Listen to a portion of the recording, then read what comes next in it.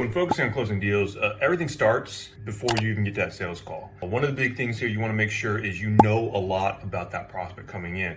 We always talk about pre-call engagement. We always talk about making sure that you're studying that prospect ahead of time. And I'm sure you hear people preach about this all day long and it just becomes redundant. Problem is most people don't do it no matter how often they hear about it. So take that time, learn a bit more about your actual prospect coming in, make sure you can actually help them out.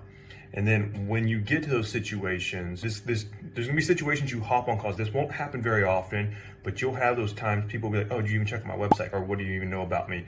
Which, yeah, it's true that they're there for your help, but you also, as a professional, should have done your job to do some sort of research so you can know exactly how you can help them more specifically. Now, you need to get some more details on that call for sure, but don't let that whole excuses, oh, we'll find out on the call, keep you from looking them up. When you get to that phase of asking them, tell me a little bit more about your business or tell me a little bit more about yourself, they're going to describe to you, what they do, what's going on, what their business is about, things like that. And then, okay, cool. So, and if you're B2B as an example, and they're telling you about how they help their clients, okay, cool. So tell me a little bit more about what you do for your clients and what your service offer is and, price points, things like that. Don't ask all that at once, but step by step, go through that process and discover these things. That's if you're doing like B2B and you're helping clients out with their client market or, in regards if you have to get to know their company so your service can help their services out. That's what that's for. If you're doing B2C, obviously you dive more into the personal stuff of like, hey, so tell me a little bit more about your day-to-day. Like, what do you do normally? What are some hobbies or passions? Like, let's say you're in health and fitness as an example, and you're helping people lose weight. What's your day-to-day activity look like? Do you like to go out? Do you like to stay in? Things of that nature, so you can figure out if this person's stagnant or if they're actually very active. Once they hop on that call with you and they ask you, hey, do you know anything about my company or my industry or anything like that? People can spot out if you're telling the truth just like that. So you need to make sure you've done your due diligence, do some sort of research, and you can tell me, yeah, I have. And you can legit actually know you genuinely have looked something up about it. Even if it's just glancing at their website, it does not take much. You'll learn a little bit of information on how you can actually help them. And then there might be something in there that points out that you're not even 100% sure of. You might be, oh, wow, this was really cool. I didn't know this about this guy. I didn't know this was part of this industry or something of that nature. It's going to help you on that call.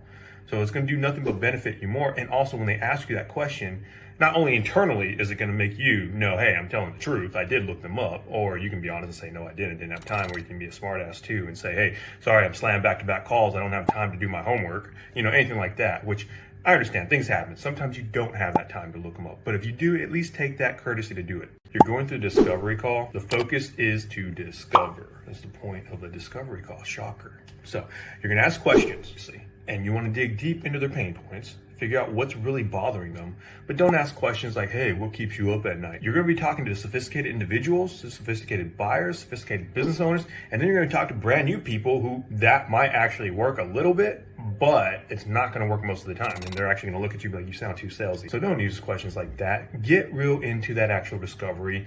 Pick their brain, see what's going on, get to know who they are, what they're trying to accomplish, what they've tried in the past. Follow a clear structure. Most people don't spend enough time on a discovery call to actually figure out what's going on with the person in front of them. And so at the end of the day, they don't even know if they can really help them. They just go through that flow just because it's part of the process. And then they go to the pitch because that's the next step.